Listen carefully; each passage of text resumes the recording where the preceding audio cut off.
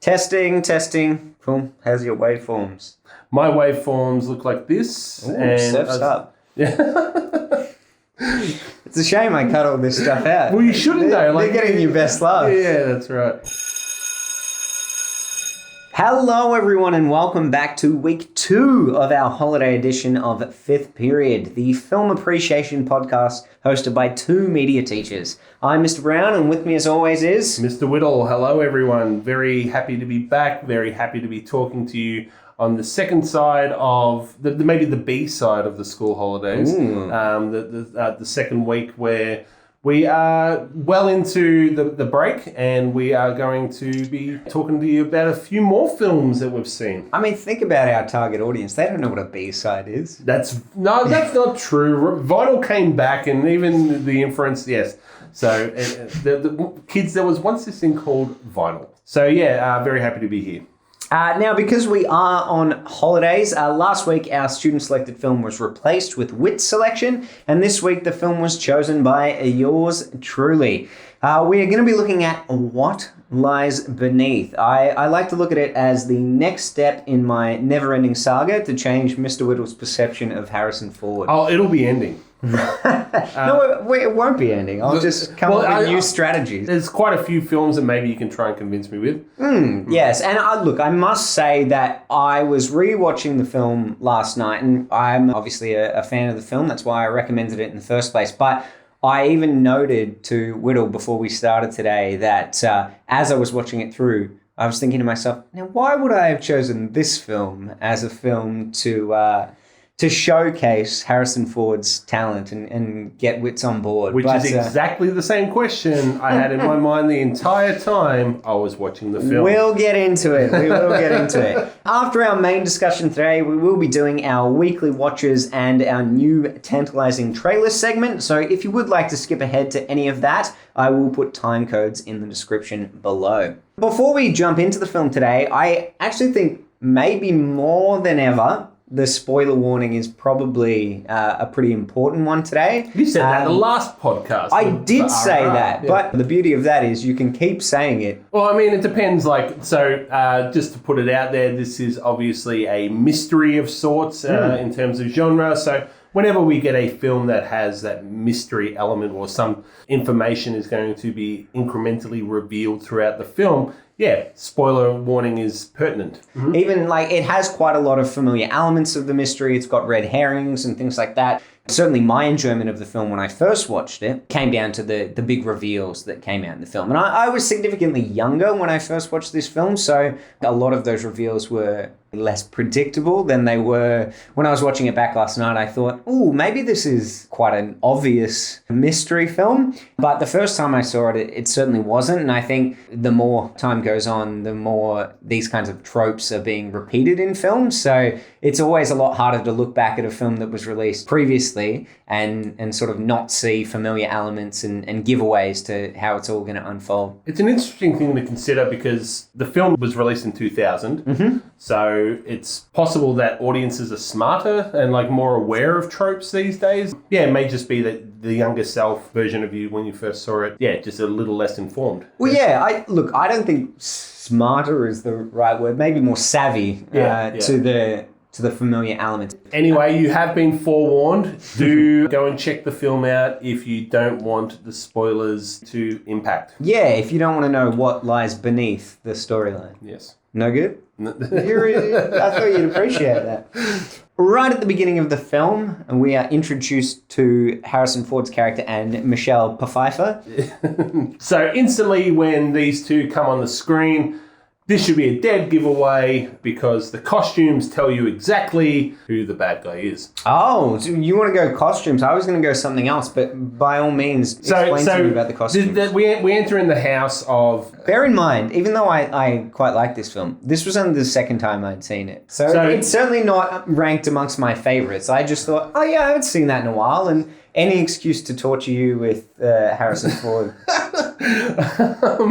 So Claire and Norman. Michelle Pfeiffer is Claire and Harrison Ford is Norman Spencer. These two are a couple, and they say goodbye to their young daughter going off to uni. Yeah, so we meet this couple, but we first meet Claire, and she's all dressed in white. And yes. The whole house is white and representing Michelle. I'm going to keep just calling her Michelle, not Claire. But she is pure and innocent. For sure. And then we have Harrison Ford walk up behind her wearing a black T-shirt. And they're looking out the window at their neighbours. The woman is wearing a white dressing gown and the male is wearing a black shirt. Yeah, see, it's interesting that you've gone for costume, because I think there is a far more obvious foreshadowing in the very opening of the film.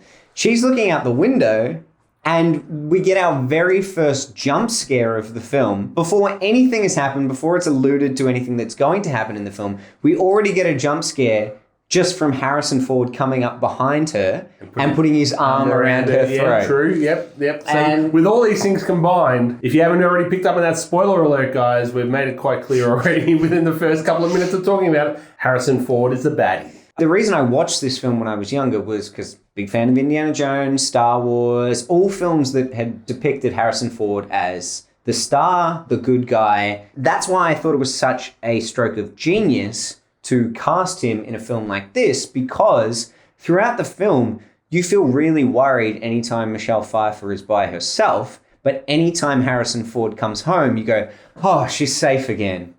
True. So in terms of and this, by the way, this is a Robert Zemeckis film, so we know Robbie Z as he's affectionately known. That was his boy band name. Yeah, that's Robbie right. Z. Yeah, from Back to the Future, as well as Forrest Gump, and a bunch of all the warm fuzzies Americana vibes of 80s and 90s cinema. So we've already done 2 of his films in the podcast. Yes, we have. Yeah, we've also done Who Framed Roger Rabbit as well as Back to the Future. Did he also do, we were talking last week about The Frighteners. Was he associated with The Frighteners? He was The Frighteners. So the reason I bring him up is his choice, like you were saying, to put in Harrison Ford as what is seemingly just a supporting cast to Michelle Pfeiffer. You'd say she's a protagonist pretty early on, well cemented, for sure. Yeah. But I feel like anytime he's there, you're like, nothing bad's going to happen. The whole time? It's putting aside the fact that the production design and the symbolism that's implemented into it, the narrative starts leaning towards him about halfway through, I think. Well, I suppose we'll get to that. But certainly early on. I agree, yeah. One thing that I really liked about this film is, and I bring this up almost every week when we're discussing films, I like to not be spoon-fed. And while I think that some plot details were super obvious, I liked the way that they revealed things as the film went on. So we knew that she had some sort of traumatic incident in her past, but we don't know what it is for a long time throughout the film. So whether you appreciate how it does eventually deliver that information, I like that early on we instantly know something's happened to Michelle Pfeiffer recently, within the last year, something bad has happened, but we don't really know what it is. But let me stop you right there, because to get that information, how do they reveal it in the film? The photo album. That's conveniently also got a collection of newspaper clippings within it to just basically give you this breadth of exposition. So that it's like, now you've told enough. Like, she just happens to be flicking. Who keeps a photo album like that anyway, where it's like, conveniently, like the eras are labeled, and then... I have a really good rebuttal for this. Go. Her only daughter has just gone off to college, and they make a point of the fact that her whole life has revolved around supporting her daughter. And so now that she's gone off, what's she going to do? And so to me, as someone who comes from a very close family where it's actually not that uncommon for the photo album to come out at a Sunday family dinner, I could totally see a mother who had been solely focused on her daughter, and her daughter moves away to college, and she would crack out the photo album and go back over all the old times. Mm. Then we start to see the other avenues that her being by herself in the house all day start to take. That comes in with her watching The Neighbor. And when she's upset in the backyard after she's looked through the photo album, we hear that the neighbor is also upset next door and they talk through the fence. Yeah, so I was somewhat captivated by the comparisons that were going on between Michelle and Harry and their neighbours. I've forgotten enough about the film to not really recall what role they play in the narrative. So the juxtaposing or the tension between the neighbouring characters and our main characters was interesting to me. And so I was intrigued by this particular scene, and I actually thought more was going to come from the neighbours. But anyway, we'll get to that. The way it's shot it's a really creepy scene. You see bits and pieces of her and then her eye pops up in the whispering of the voices and the fear in the voice acting as well. I agree. I was captivated by it as well. But what I didn't like, and this becomes more apparent as the film goes on, is how much of a reliance there is on Michelle Pfeiffer just being very nosy. She's just she's not minding her own business. Wait, you didn't like that? No. Oh, see, I don't think that's a good character trait, but I love it as a huge fan of Rear Window and the idea that you go a little stir crazy when you're home by yourself. Not necessarily a great trait in a person, but I really like it as a narrative point. Yeah, but the difference between Rear Window and this is that he didn't leave the apartment to go and then she imposes herself onto the neighbours. Yeah. And I just, in terms of likability of the character, that really took it away from me. Okay. She does come back later on. I will say that generally I did like Michelle Pfeiffer's character in this, and I actually think she carries the whole film. She's really strong as an actress in this film. But, this took away a little bit for me, in how persistent she was of finding out what was happening. I would have preferred it to be more subtle or incidental as to how she came across the information. Still being inquisitive, because that's what you want. You want to move with your protagonist in a mystery, right? I just felt like she was overstepping the mark sometimes. Well, that's interesting too, because the first time she is called to the window because she can hear an argument happening between the two of them. The second time, she's crying and can hear the other woman crying. It's not that she's spying on them. She does hear these things, and that's what draws her in. Organic enough that she's stumbling upon it. Oh, it's certainly, believable that she would continue on that way. But, yeah, just in terms of her character trait, it wasn't the nicest. Yeah. Then we get the scene where she is out on the pier with Cooper. I remember the dog's name. We're going to love the dog. Oh, Cooper's great. Yeah, she's out on the pier and, Cooper refuses to dive into the water to get the ball. How do dogs always know? They always know. This was the first time that you got a really eerie sense of something. Well, it's not even a sense of something. You see something in the water. It's enough to kind of go, well, did you see it? We as an audience did, but it's enough for her to say, did I see something in the water? There's a body under the waves. It never comes up. It never is a jump scare. It never makes it super clear. It's a cool way to introduce the idea early on. Yes. It's a point of difference from, say, your regular poltergeist where things are just moving around the house. Yeah, and generally speaking, I felt that this film was a bit interesting. Maybe it didn't always succeed for me, but it certainly was interesting how it chose to interact with the idea of horror, the horror element of it, because it doesn't initially present itself as a horror. It's more into a standard mystery. And then the horror elements, they're very slow and subtle in their reveal, and they don't dominate the film, which was an interesting decision. I don't know if it works wholly, but I was impressed enough to say it's a point of difference, for sure. I think it's very similar to The Frighteners. Oh, well, I've got to revisit The Frighteners. Great film. Yeah. This is the point where she calls Harrison Ford and says that she's worried. And he's like, oh, should I come home? Now, I was watching this film with Maddie, who quite early on picked that there was something sinister about Harrison Ford.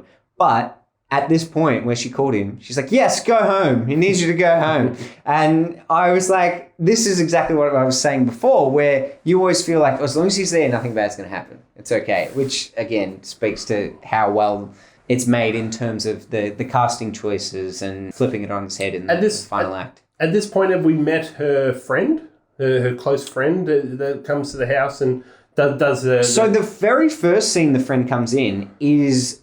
I made no notes of it because it's so fast. She arrives, has a cup of tea, shows off her car, and then leaves all within about 2 minutes. Is it a cup of tea? Because I made the note that in the year 2000, it wasn't pronounced kombucha. It was pronounced Kambuka. I do apologize. I just wanted to bring that up. I just thought that was quite cute. Kambuka. So yes, it obviously wasn't marketed to what we now know it in 2023 as kombucha. Anyway. I think Kambuka was the female kombucha, right? And then they decided to make it butcher, so it became kombucha. Well done.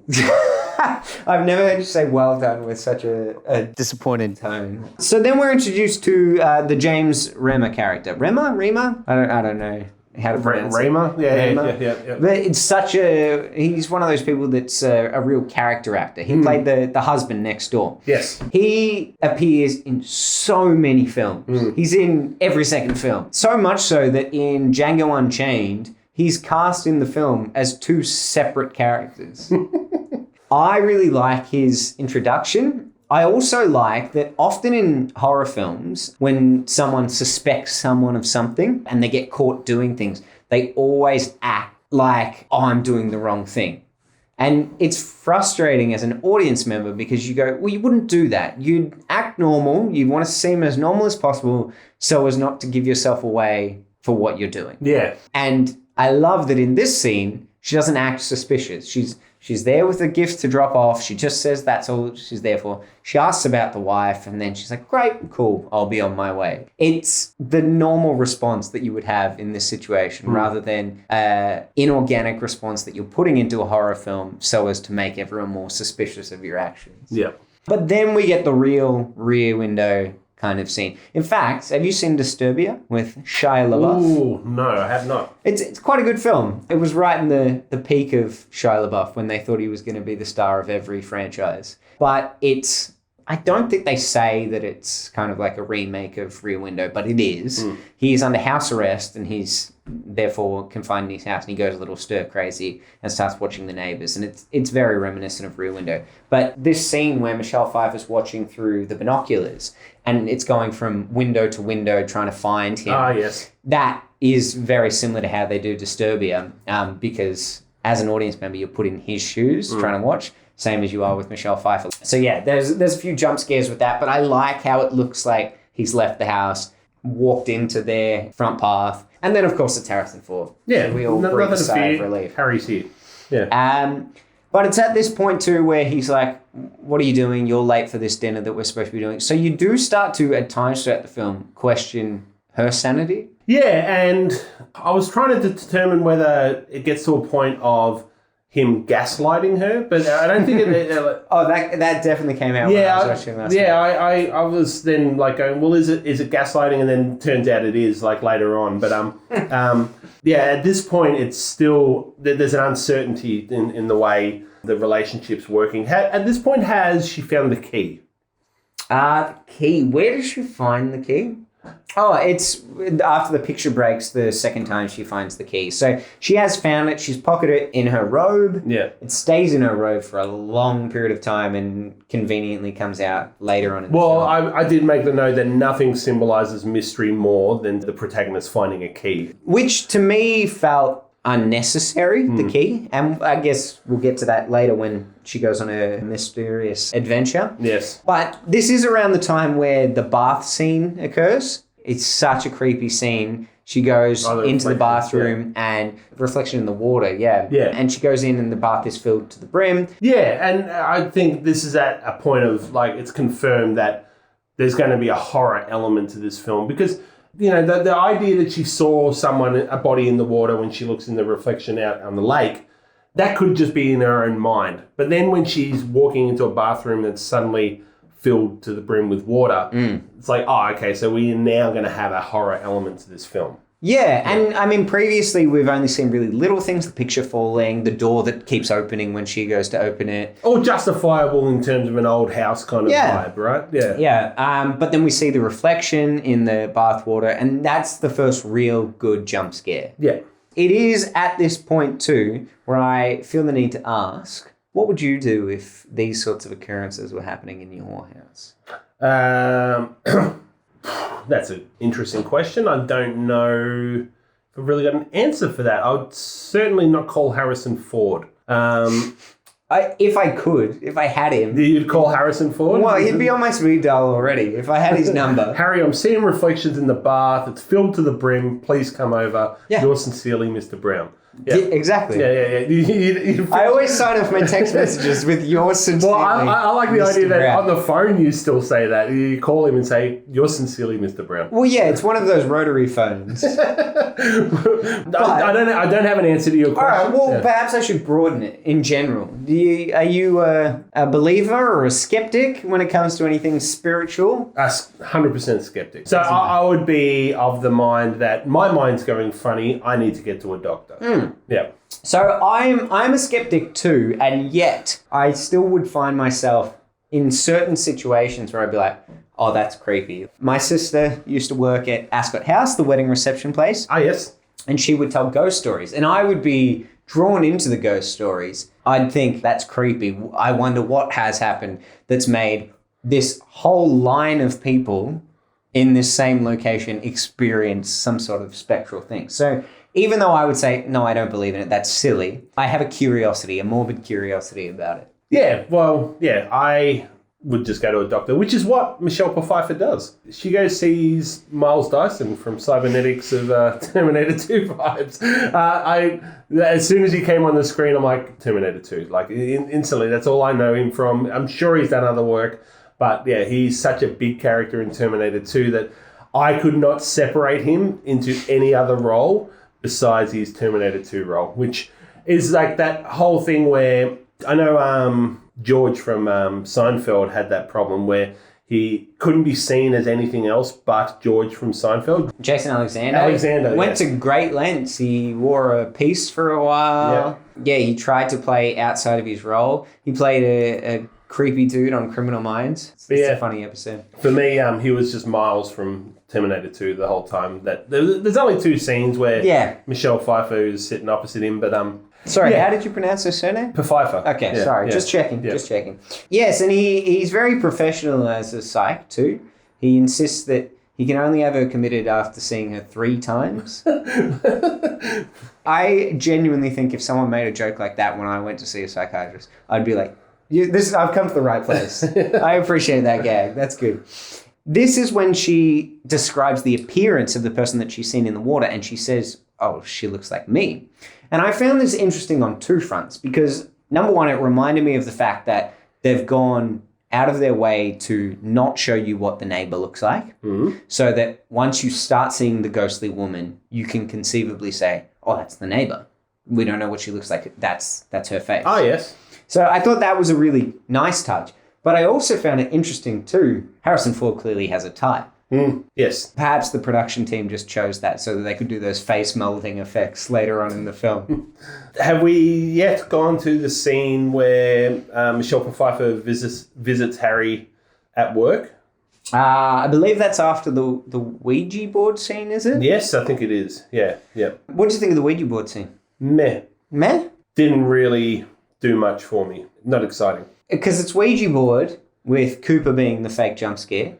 Yes. And then after her friend leaves, we get another bathroom scene where written on the mirror it says, you know. None of that did anything for you? Oh, the you know was kind of, but we didn't need the Ouija. Like, you just go to the you know. Like what value is there? See, that's interesting because I think the value is showing the lengths that her friend goes to support her. She's hearing this thing. She's like, well, I don't believe it. But if you want to do this, I'm on board. I'll do the Ouija board with you. And then later she sends her the book. It's just kind of like she supports her through anything that she's going through. I just think she was just a fellow wine mum that wanted to get her booze on of a Saturday evening. Bowling with wine, Ouija board with wine. What's the difference, right? Okay, so yes, then she goes and visits Harrison Ford at the university and incidentally runs into the James Remar character as well. The cutaway to the mouse getting the drug applied to them, I'm like, oh, this is so clearly going to come back to us. They weren't subtle enough in having that given to us in the audience. It was just like so obvious that this was going to come back. Yeah, and when it does come back, I even wondered how important it was to have her be paralyzed. And I wondered it only momentarily. I really like the bathtub sequence, but I did wonder if he could have just knocked her out and then put her into it. That's true. Yeah. I think it makes for a good scene later on in the film, but I think from his perspective, does it really make any sense that he did things that way? Yeah, we're jumping ahead of ourselves here. Maybe we'll park it for now, but yeah, I do see the point that you're making. Then they are outside a little bit later for dinner, and then they run into... Oh, so they run into him at the university. Oh, is it at the university, is it? The female neighbour is revealed.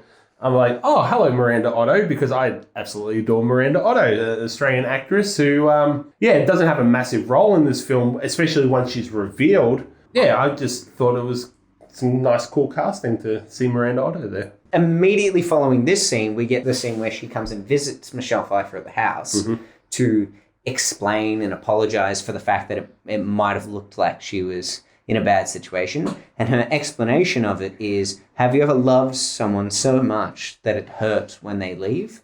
And I was kind of watching the scene and I was like, I just think it's bad dialogue. What they were trying to say in the scene could have been said significantly better. And speaking to that, what's your take on how much they spend time and focus for the audience on what's happening with the neighbours? Because I don't think they needed us to be so invested in the neighbours, because it's at this point where the neighbours just get written off as something we don't have to be concerned about anything anymore. Which, when I was younger, I actually really liked that.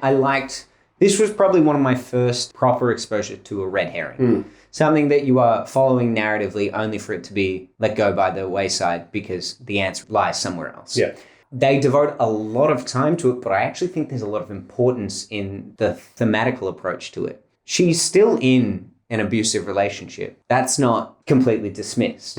We know that, and we know that things go bad, but at the same time, when he leaves her, then she's like, oh, I still want him to come home. Yeah. So the abuse is still very prevalent in their relationship, which I think is important because it mirrors what's going on in her relationship and the issues that she's having. Yeah, so I still generally agree with what you're saying. I just think the focus was overdone on it. I certainly important and wouldn't want it stripped out of the story for all those reasons you just listed.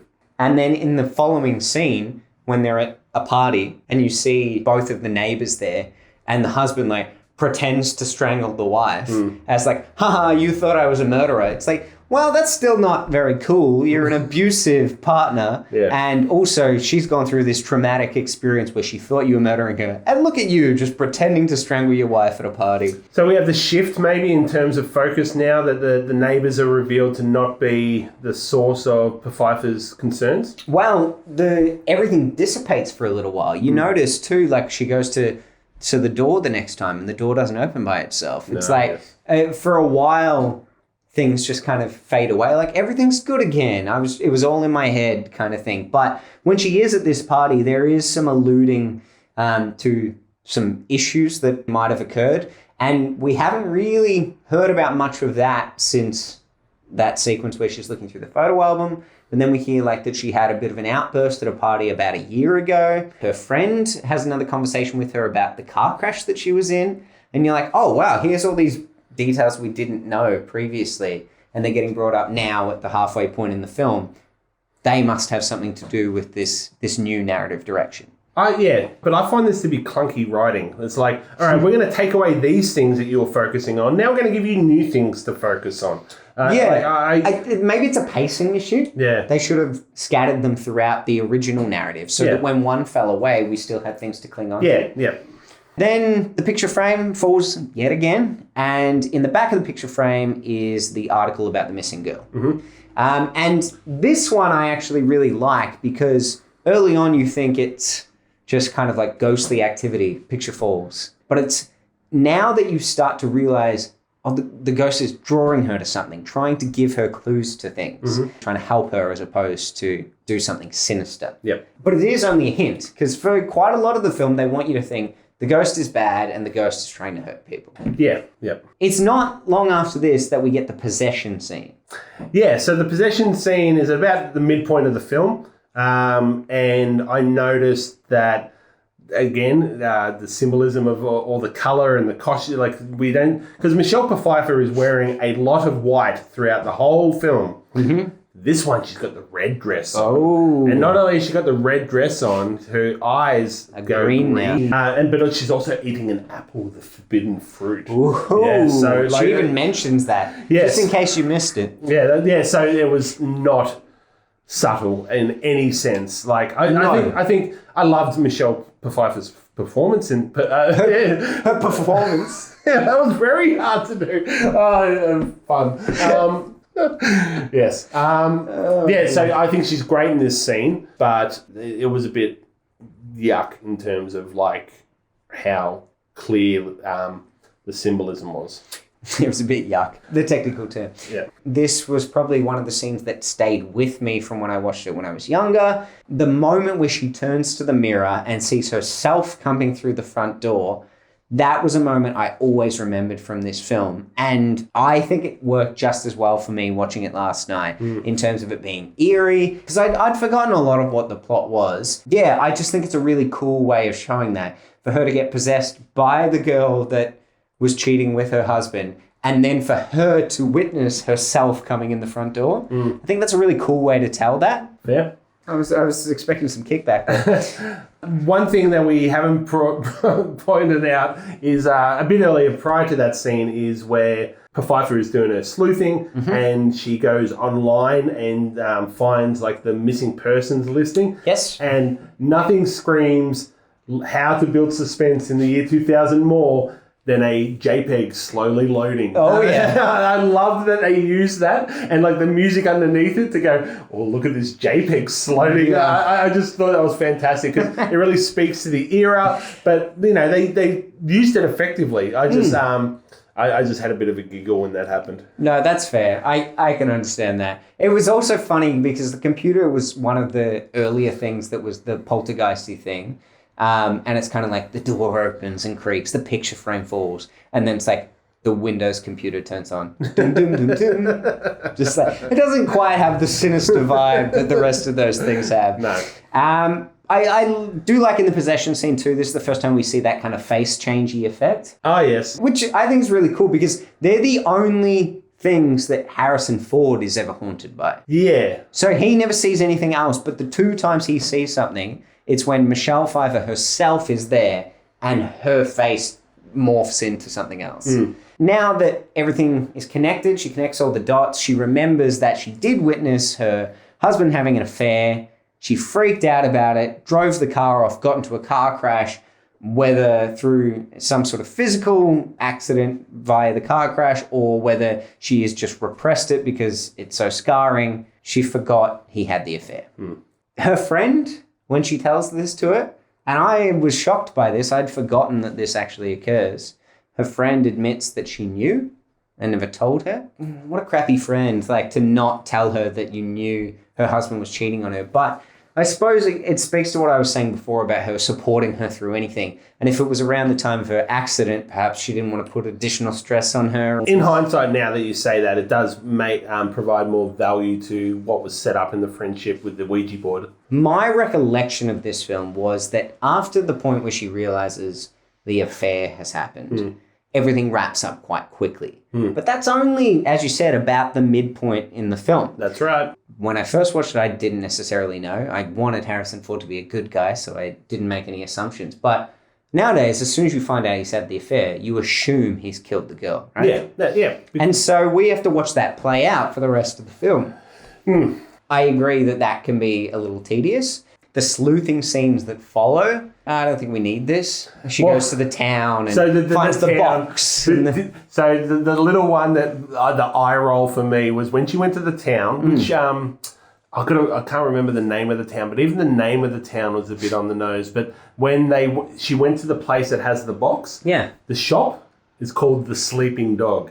Right. And I'm like, oh, mate. Like in terms of, just trying to represent, like, hold back kind of thing. Yeah. I just thought that was a bit ugh. But yeah, I'm with you here. And this was certainly the point where I was watching the film where I was like, oh, Witz isn't going to be happy. He hates detective sleuthing. And especially when it's spoon-fed to you. Like, at this point, do we need the key? Couldn't it just be a box with a latch? Or it has a padlock on it, but she just breaks it. I don't even think those scenes need to happen. I think all of the confrontation could happen after she finds out he had the affair. Yep. He gives her that drug. This whole run through of like the big climactic scene in the bathtub and stuff, I'm a fan of this scene. Agreed. So regardless of what my thoughts are on the film and this kind of film, this particular scene is well done. I'm a big fan. And I like once he's revealed as the villain, he's just as scary. I mean, I am a bit challenged, and I'm not doing this just to stir it up, but the reason I don't like Harrison Ford particularly is because I find him very plain in whatever way he's portraying a character, whether it's a good guy or, in this case, a bad guy. I just find him to be very plain. Okay. I do see the value in casting someone who you wouldn't normally see as a villain, and I'll be honest, after I watched this film, I did go and read a few other reviews, and some people really applauded his performance because it was held back.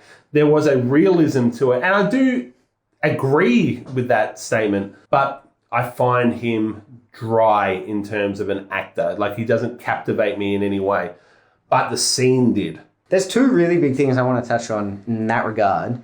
One, I really appreciated the performance and exactly what you said about it being held back, because a lot of times in horror films, once the villain is revealed, then they become like a caricature of a villain. Yeah. Whereas in this, once he's revealed, he's super apologetic. He's almost quite weak, which obviously he is. Otherwise, he wouldn't have done any of the things in the first place. Mm-hmm. He's just a desperate man trying to get away with it.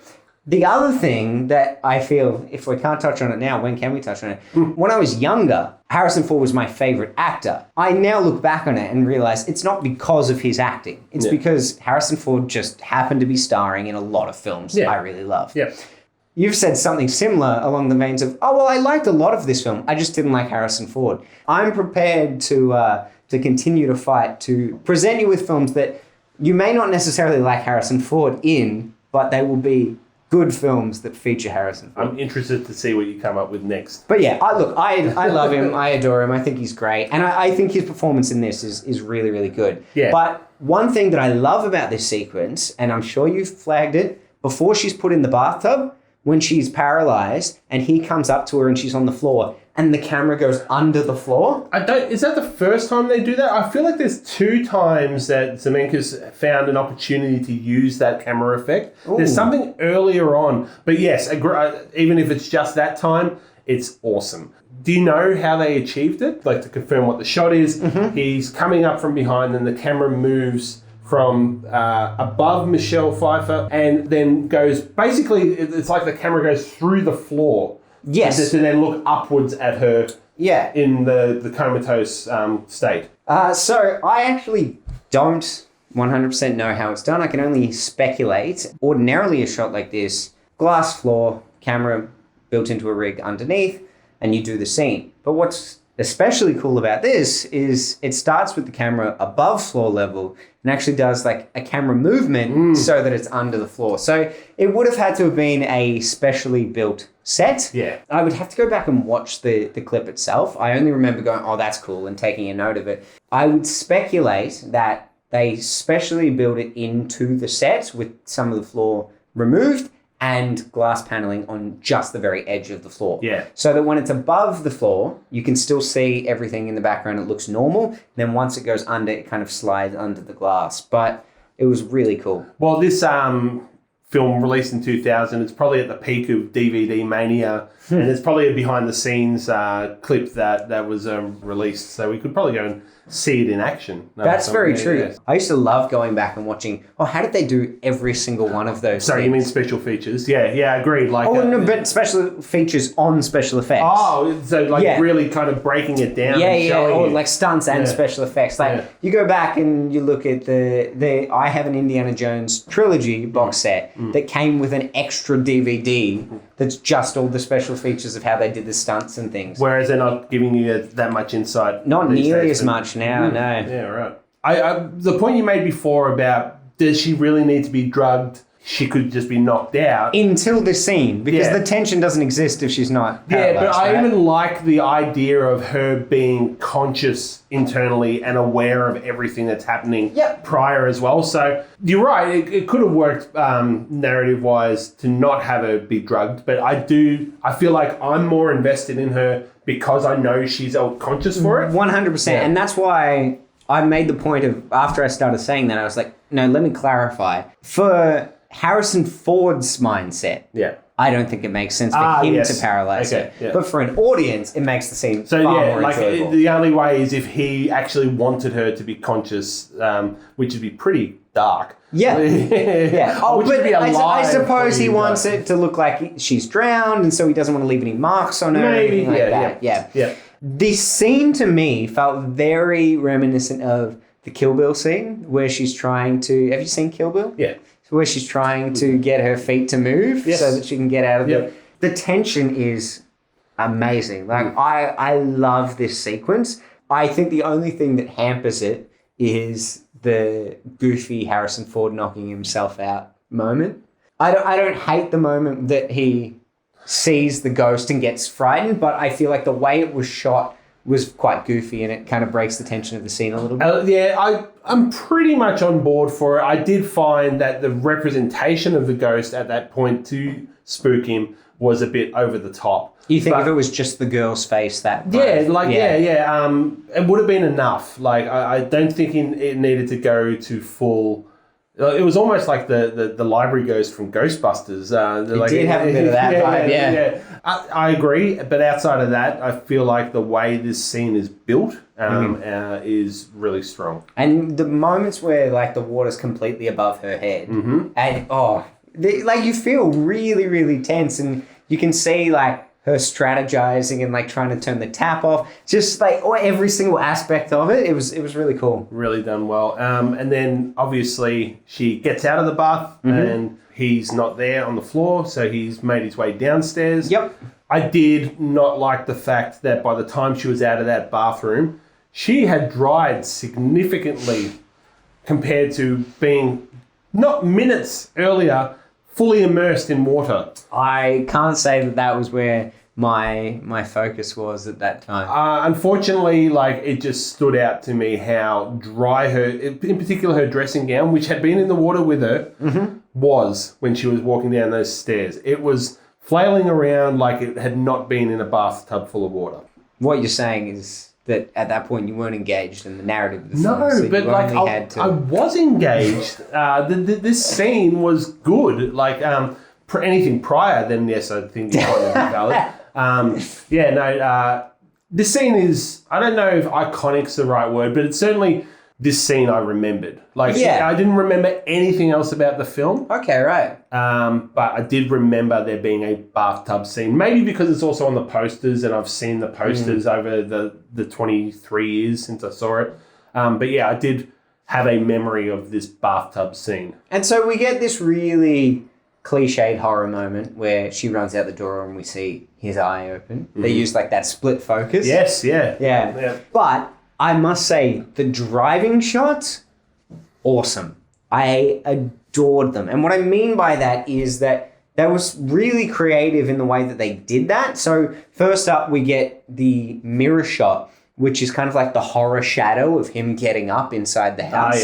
And then as she's starting to drive, we get this cool panning shot from outside the car. It looks like it starts off as a crane shot and then ends up inside the car, which is something that is far more prevalent in modern films, but back then that was not a very common shot to be doing, like outside interior shots of cars, like faking transition between those two, like the one-er shots. as she starts to drive away, she sees the rocking chair out the front of the house. So you're like, well, he's come out the front of the house because that chair's moving. You never see him, but you see things that allude to him being there. And then we get the cool shot where it goes under the car and then you just see like the shoe bounce off the back of the car. Yep. Because as I've said many times before, when you can't see him, that's the scariest part. When you can't see your villain, it's like that's why Jaws is so much scarier before the shark is revealed in the film. Absolutely. I think good horror relies on that and uses it effectively where it's the lack of the representation in your shot builds that tension. Agreed. And then obviously he pops up in the back and they still do those inside, outside shots of the car all the way till the crash. Coincidentally, they end up at the exact same ramp that he ditched the car. I thought that was a little convenient that they happened to crash in the exact spot. Yeah, so just to make a point of it, when I said I love this scene, like it was the inside the house stuff. After that, coming out, the eyes are rolling for this stuff. Like, yeah, right. In the water, all of it, like I'm not a fan. I do wonder, though, why has no one ever found that car? He's just pushed it off the boat ramp. It's literally right there in the water. I feel the same way about Psycho, to be honest. Like when the car is in the... That's a swamp, though. Yeah, but like no one's how gone deep... for a dip in the swamp. How deep is your swamp? Personally, my swamp is super deep. But yes, then we get like the woman rising up. Don't necessarily know that she needed to be a ghost at that point.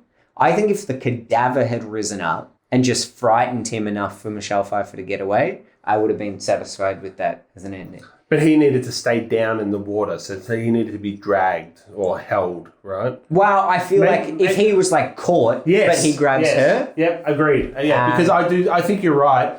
The cadaver being enough to kind of represent that he has been found out and didn't need to be a ghost. Maybe I would have enjoyed the scene more. Yeah. The cemetery scene added nothing for me, and also it was a little bit weird because it's almost like she feels a special bond with this person, but this girl also was cheating with her husband. They don't have a special bond. It's at this point where I locked it in that this film is only one step above being a made-for-TV movie for me. It's very soapy, the drama, for me. As a feature film from a well-established director with really strong casting, regardless of my thoughts of Harry, it's not like watching a TV. You hate him. You're not on a nickname but basis. I know that everyone else does like him. So, for me, I can still recognize him as someone who's strong as a cast member. It's a little bit too camp for me. I think that is fair enough. I will say this. I like the film. I think it's a good film. I love Harrison Ford. I love Robert Zemeckis. But I will wholeheartedly admit that watching it last night, it was not as good as I remembered it being. Yeah, whereas for me, I got what I expected it to be based on what I remembered of the film. And also, knowing what my general thoughts are on this kind of film. The murder mysteries or the sleuthing kind of films aren't my go-to. Not to say that I write them all off. There are exceptions to that. Absolutely. You love your Knives Out. Yeah, exactly. But I got what I expected from this film. Yeah, so. You mentioned Zemeckis, and a little trivia tidbit for you. I did look at what he was doing during this time, and he made this film while he was waiting for Tom Hanks to lose weight for the second half of shooting Castaway. That is crazy. Just be like, I'm halfway through making this film. I'll just do this as a pet project. I don't know if it actually panned out that particular way. I'm sure there was a bit more planning to it. But I just thought that was a bit of interesting trivia. Let's move on to our weekly watches. Again, I've had a light on week. Couple of things to talk about, but certainly not that much. So you got a big list? I've got another 5. So okay. As per the first week of the term break, I have been punching through a few other films along with our podcast watches. So the first one for me was a rewatch, which is a film that came out last year called After Sun. So I went to the cinemas and saw this one because a friend of mine hadn't seen it and she wanted the recommendation. So we went along to the cinemas because The first watch for me was quite emotional, but I knew I hadn't picked up all of it in the first watch, so I did want to go back. It's a film that is easy to dismiss because it sounds simplistic. It's a father and a daughter who go on a trip to Turkey, and it's just depicting their relationship. So on paper, it sounds pretty simple, but it's an emotional toll. But there's nothing overly dramatic that happens. The way it's put forward is really strong. So I really, really enjoyed this film, After Sun 2022. Okay. I haven't even heard of it. So. Yeah, it got a little look in for the Academy Awards, where Paul Mescal, he got nominated for a Best Actor on this one. Right. Yeah. And rightly so. He does a great job on the film. Another one that I picked up, just a blast for a couple, was In Bruges. Oh my God, I love In Bruges Yeah, so much. so I one of my favourite films last year was The Banshees of Inisherin. I still haven't seen it. You should. It's great. But it's not the same as In Bruges. No. It's the only thing that's the same is that it's the director, Martin McDonagh. And the cast. And the cast, Colin Farrell and Brendan Gleeson. Yes, but in terms of tone, very different. Tone, yes, absolutely. Narrative, yes. Friendship's still explored in this film as well. In Banshees of Inisherin. But In Bruges, I hadn't seen it for a long time, and actually had a memory of not overly enjoying it the first time. What? Yeah, but I don't think... It's one of those ones where, in hindsight, I'm like, maybe I just wasn't paying attention to it enough. Right. So I absolutely adored this watch of In Bruges. 2008 In Bruges. I don't want to say too much because it's just the whole setup and the whole film is just beautiful. Like in terms of the dialogue, the acting, where it's set, how it's portrayed. And it was his first feature film. Like he does so well in creating like this beauty to every scene. It made my adoration for Colin Farrell just really locked in with that one. What about Ralph Fiennes, though? And Ray Fiennes. Steals the show. Oh, so good. Anyway, I could talk about this film a lot. In Bruges 2008, highly recommend. Yeah, I mean, not to me. I've seen it many times.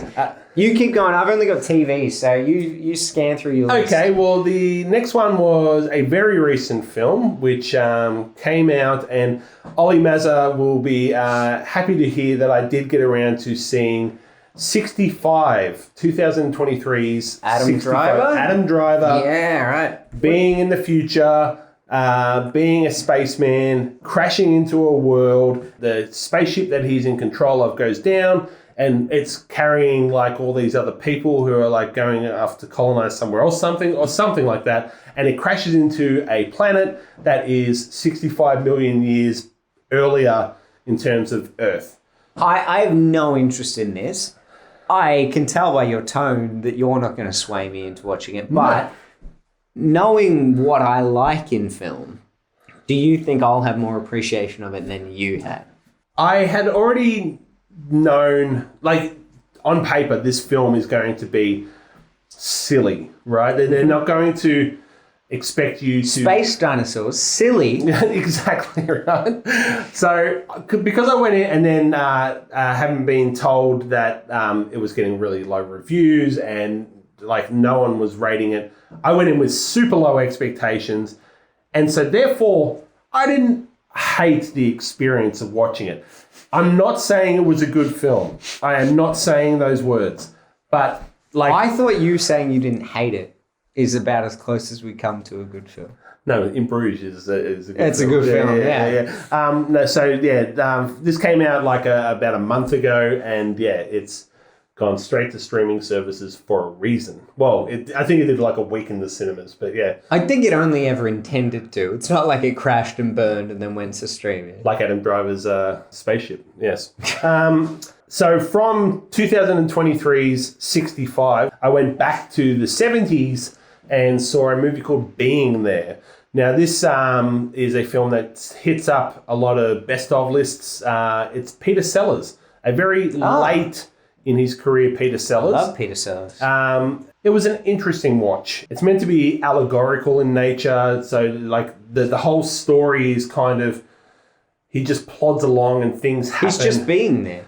That's right. That's the point of the film. So it was fine. It's certainly not going to top my lists of best films of all time, but I would recommend for anyone who's ticking boxes in terms of films, that would be one to watch. And just to round it out for me, the final one I watched was Only God Forgives from 2013. We spoke last week about how I'm a bit of a fan of Ryan Gosling because he is starring as Ken in the upcoming Barbie film. This was the film that Gosling did with Nicholas Winding Refn after Drive, which I was a big fan of. And I hadn't seen this one, but I've seen plenty of other Refn films. And this one is very stylistically similar to what Refn does. A lot of really cool use of lighting. And the music is really awesome in this film. Narrative-wise, it's a bit so-so, but I liked it. Not many other people do, going by the internet, but I was fine with it. Moving on to TV weekly watches, you and I both checked out Auntie Donna's Coffee Cafe. So we are both big fans of Auntie Donna. Big fans. Yes. It's really interesting to watch how they have progressed. A trio of Australian comedians who started off by doing clips on YouTube. They entered into the comedy festival and they've just excelled. Like, they do podcasts. They had the Netflix special 2 years ago now. And then they've just released the Coffee Cafe, and I adore them. There's certainly stuff that they do where I'm like, that one didn't land for me. But overall, I would say they rank pretty highly in my books in terms of hitting my comedic sweet spot. Then this particular show is not a series of skits, but it's got that element where it is still providing little short kind of humorous pieces. There are going to be hits and misses, right? For sure. And I think it is a series of skits, but just because they've given it a location doesn't necessarily feel like a series of skits. So the show focuses around them working in a cafe in Melbourne, where a lot of the jokes come from how trendy cafes have become in Melbourne. Yeah. Trendy is in inverted commas. They poke a lot of fun at hipster cafes. Yes. But they still have lots of weird sketches and things that occur. It's just because you go, well, they're happening while they're at the coffee cafe that you go, well, it's a narrative, right? Yeah, I do think maybe I'm being a bit too lenient saying it's not just simply a skit show that's been structured in that way. I love shows like this as well, where like it's just about comedic like delivery and like, but some will not land. Like Tim and Eric's stuff sometimes doesn't land. I Think You Should Leave with Tim Robinson, some of that doesn't land. And we also talked about the Netflix series that Auntie Donna had. Some of that doesn't land. But when generally speaking, and these guys are a great example, the Auntie Donna crew, for the most part, on point with like the humor, I'm on board. I love these guys. Yeah. And like, we don't really want to delve too much into the narrative, but each episode has like a theme that it focuses on. Yeah. Similar to the Big Old House of Fun. We really like episode 2. We already discussed this, which, despite the fact that it is still set in the coffee cafe, is a courtroom drama. Yes. And it's fantastic. Yeah. It's I think the strongest episode of the season so far. Yeah, definitely check it out. Auntie Donna's Coffee Cafe. It's free to stream on iView. It's out there for everyone. And then another show that I watched is called Swarm. Now, this was a show that Donald Glover has put together after he's finished up Atlanta. So did you watch Atlanta? So I've seen season 1 of Atlanta, and I really want to return to it. I think I had season 1, but didn't have access to anything else. And now, obviously, you can watch it on like SBS On Demand. Yeah, SBS, I think. Yep. It's on a bunch of different streaming services. So now that I have access to it again, I really should revisit it. I was only watching Community again the other day, and I was like, I'd completely forgotten that I had more Atlanta to watch. Please tell me, like, go and watch season 2 and 3, I think, of Atlanta. Super strong. So yeah, I'd be very interested to know what your thoughts are. Especially, I think season 2 is the best. Is it season 3 where it's set outside Atlanta? I know it's in. Yes, yeah. It goes into because apparently that was the one that was wacky and really out there. It gets wackier as it goes along, Yeah. for sure. So Swarm is a fictional depiction of a young woman. Fiction, they call it. Yeah, very good. She's a fan of a pop star who is meant to basically be Beyonce, but they don't call her Beyonce in the show. And she goes around killing people who speak ill of the pop star that she loves. Right. I won't say too much more because you've got to see it. It's a great show though. If you love Atlanta and the style they went for with Atlanta in terms of the way it looks and feels, you will love Swarm. That has instantly piqued my interest. Yeah. My next one is From. So I've been rewatching season 1 of From, which is it's on Stan. The season 2 is about to come out. Well, you and I were talking about this. It feels very Stephen King in the way that it's presented. Essentially, it is set in a town that once you stumble upon this town, you cannot leave. So there's people that have been there for 40 years. There's people who have just arrived. And in addition to not being able to leave the town, at night, there are these sinister creatures, monsters, whatever you want to call them, that come out and inexplicably attack. And it has a very, in its mystery storytelling, it has a very Lost sort of vibe. We were discussing the fact that it gives you a lot of things that aren't explained early on, and you're watching desperately seeking answers, but you watch also because the characters that live within the town are just really engaging, and like the interactions between them are enough to keep the show going as well, on top of all of the suspenseful elements that we don't know. So yeah, it's really interesting. I loved when it first came out. You said you really enjoyed it when it first came out too. Yep. But season 2 is going to drop any day now. So just doing a rewatch of season 1 to be up to date and ready to go for what's next to come. The only other thing I was going to mention that I've been doing, it doesn't fit into TV or movies, but for you gamers out there, Maddie's sister has a PlayStation 5 and she's just got the Hogwarts Legacy game. I'm not a huge gamer. You might have heard me say that last week. I loved games when I was growing up. I'm a big Nintendo 64 fan. I don't really game now, but I really loved this game. I had a lot of fun with it. Obviously, big fan of the Harry Potter films as they were coming out.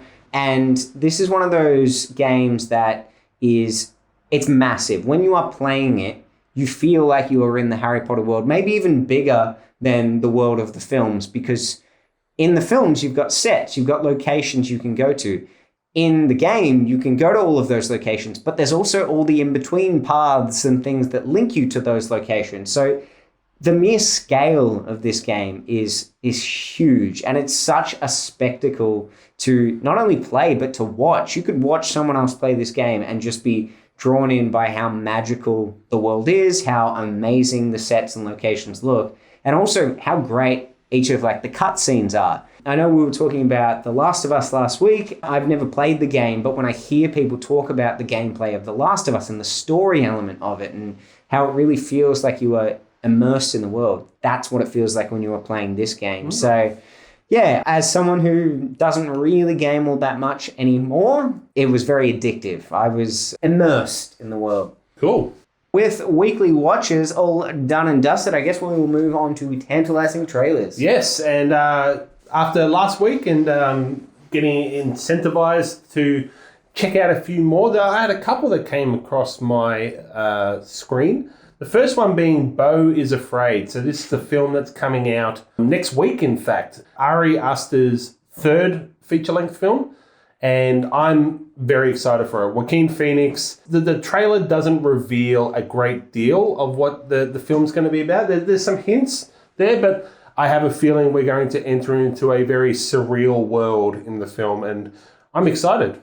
Wow, that makes one of us. Yeah. So a lot of people might already know this. I controversially do not like Ari Aster's films. Hereditary and Midsommar both missed the mark for me. I thought there were amazing moments in both films. In fact, a lot of amazing moments, but overall, both narratives fell really flat for me. And I felt like there were certain times in the film where it was weird for the sake of being weird and it didn't actually achieve anything. So when I saw this trailer, it very much was like, yep, that's right, weird for the sake of weird. I think I'll give this one a miss. These films receive such high praise that inevitably I do make my way back to them. So I probably will see this at some stage, but yeah, I'm certainly not excited for it. Fair enough. My first one that I'm going to talk about is for the Penguin, which is this spin-off to the Batman film. So you were just mentioning Colin Farrell. He is awesome in this role. It was one thing when I saw the Batman, I just thought he knocked it out of the park as the Penguin. So interesting you bring that up, because I don't know if you recall me talking about the Batman, but I did feel like the plot line of what the Penguin does in the Batman wasn't necessary to moving the film forward. Not to say I didn't love Colin Farrell's depiction, and now that I know that there's a TV show coming out, maybe they were just setting it up for that. I don't think so. But I'm still very excited for this show. Because it's Colin Farrell and because I did overall love the Batman. I would say that the reason you felt that way, and I'm just speculating, but it's because you're not a big comic book movie watcher. You don't watch many of like Marvel Cinematic Universe films. So the importance of world building when you're watching a film is probably not as high in terms of your priorities when you are watching. Whereas if there's a huge Batman fan that's going into this film and they see, oh, this is the Penguin, it doesn't necessarily mean that he has to play a huge role in this film, but it's world building and it's setting up the Penguin does exist in this universe. I would just put it out there that there's a difference between world building and franchise building. So I would say that I'm all like we spoke about world building for RRR last week, for instance, and like what's important there. Whereas this one, putting in a character or a story component for the sake of a spin-off isn't. I mean, it is technically world building, and I do see your point about the comic book stuff. But is it servicing the film? Oh well, as I said, it's not about for the sake of a spin-off. It's for the sake of people who are a fan of the comic and want to see how these characters are intertwined. It's like sometimes in a film they will have like a character that's not even visible on screen in a comic book film, and they'll be like, oh, it was this person. And someone who's a huge fan of the comic will be like, oh my God, that's the person that was in the science lab in this edition of this. It's like, it's not because they want to make a spin-off with that science character. Obviously, in this case, they did make a spin-off. But it's the idea of that could have been anyone, any henchman. But for Batman fans, they're like, well, I'm excited that it's the Penguin, and I'm excited to see a new depiction of the Penguin. I mean, how do you follow up Danny DeVito's version of the Penguin? And we're looking at the most real world version of Batman that we've seen. It's trying to strip back so much of the fantasy elements and trying to make it as real as possible. And I was like, yeah, I'm really curious to see as many Batman villains as they can put into this, to see how do you make this person real. All that aside, the TV show is it's again Matt Reeves directing it, so and it looks stylistically to be pretty similar to what we got from the Batman, so I am excited for it. So another trailer for me was an Australian horror film that's coming out. Now these are few and far between in terms of ones that actually come across as something to get excited about, but Talk to Me is a film that is due in a few months' time, I think. I think it was July that it said it was getting a release date. An A24 production. Maybe A24, their first kind of foray into Australian films. But I'm very excited to see an Australian film getting a look in as, decent production value. Not too much is revealed in the trailer, but enough is revealed to have me excited. Horror Australian is one of my favorites. The Loved Ones is my favorite Australian film. The thing that I really like about it is that it takes away a lot of the cliches. It strips that back and it goes for like sort of sinister elements as opposed to jump scares. When I watched this trailer, perhaps it's steered more into the mainstream based on how it looks like it's being presented, but it's certainly piqued my interest. So I'm curious, but I'm cautious about going in with too high hopes. Absolutely. I'm not expecting this to be an absolute win, like an immediate win, but I'm the same. I'm interested to see whether it cuts the mustard. I got one more, The Marvels. So it's a Marvel film, believe it or not. Yes, that's why my eyes rolled. Yes. Well, they couldn't see that, so you have to commentate every time you do anything physical. The premise of it is that there are 3 existing characters that they've established in the Marvel Universe, and they are now inexplicably switching places. Okay. Nothing? No. I think that's a pretty interesting concept because even if you have characters that are superpowered, they're superpowered for a specific purpose, and if they're pre-established, they're doing their thing. They're on their mission, right? So for them to be switching places, I think that's quite interesting. I think it's just another way to make a new show out of the other 50 million that they've made. Fair enough. It's like, fair enough. Let's not do anything original. It's not a show. It's a movie. A movie. Let's just use 3 existing characters and let's swap them. Intelligence, fair, you know. So you got Captain Marvel. You've got Miss Marvel from the Miss Marvel series, and then you've got, I can't remember if it's Mini Marvel. Marvel Boy? It's not Marvel Boy. It's not Marvel Boy. But I don't know if it's Maria Rambo or... it's not Maria. It's Monica. It's Monica Rambo. Monica Rambo, everyone. Maria was her mother. Right. Maria was her mother. All right, so... Thank you for clarifying that. Yeah, I know. You would have been so confused going into this film. But... I mean, Captain Marvel never got a great reception as a film. I personally thought that Brie Larson, who was in the film, was really good. Yep. I didn't think the film was really good, but I think a lot of that came down to, if it was one of the earlier Marvel films that was released, I think it would have been fine. Mm-hmm. But it came like right in the pinnacle of like all these epic Marvel films that were coming out. And so it was kind of like everyone was like, what's the fate of all of these characters that might die? It's like, we'll just watch this isolated film that's quite a simplistic narrative. And you go, yeah, but I want to know about these other characters. So it didn't quite stand up against what was being released around it. But I thought she was really good. I thought Brie Larson was really good. I think she's generally really good. Yeah. I agree. To combine these 3 characters, I mean, 2 of which have only really appeared in TV series versus someone who's already appeared in movies. It'll be interesting. They're very different characters. It'll be interesting to see their dynamics as a group. But yeah, what do you care? I mean, I'm here for the people on board with the podcast, so that's fine. No audible sighs, so we can only be thankful for that. Before we wrap up for the day, we should probably mention how things are going to play out for our first week back at school. So for those who don't know, we've done 2 weeks where I suggested a film and you suggested a film. Our final film for next week is going to be a student-selected film, but we will be recording again back in our first week at school, so the student intros will be returning. It will technically be our first official Term 2 film. Correct, yes. So this is a film that, although we didn't get to watch it with the students, it is put forward by the students.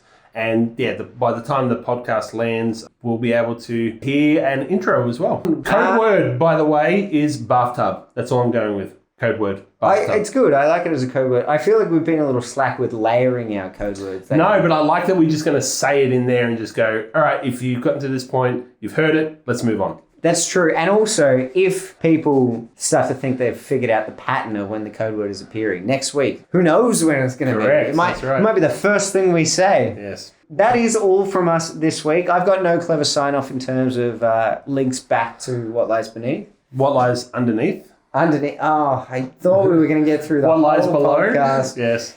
Maddie called it What Lies Underneath, and I was very frustrated, not by the misphrasing of it, but only because I know that Whittle will now hold on to that and always refer to it as that. Well, as I do look out your Venetian blinds and onto a rainy evening... Yes, we are at Mr. Brown's household for this recording. It is not dissimilar to a mysterious, moody vibe of What Lies Beneath. So I think on that note, maybe we'll go dive into the nearest lake. Go dive into the nearest lake? Yeah, sure, why not? Yeah.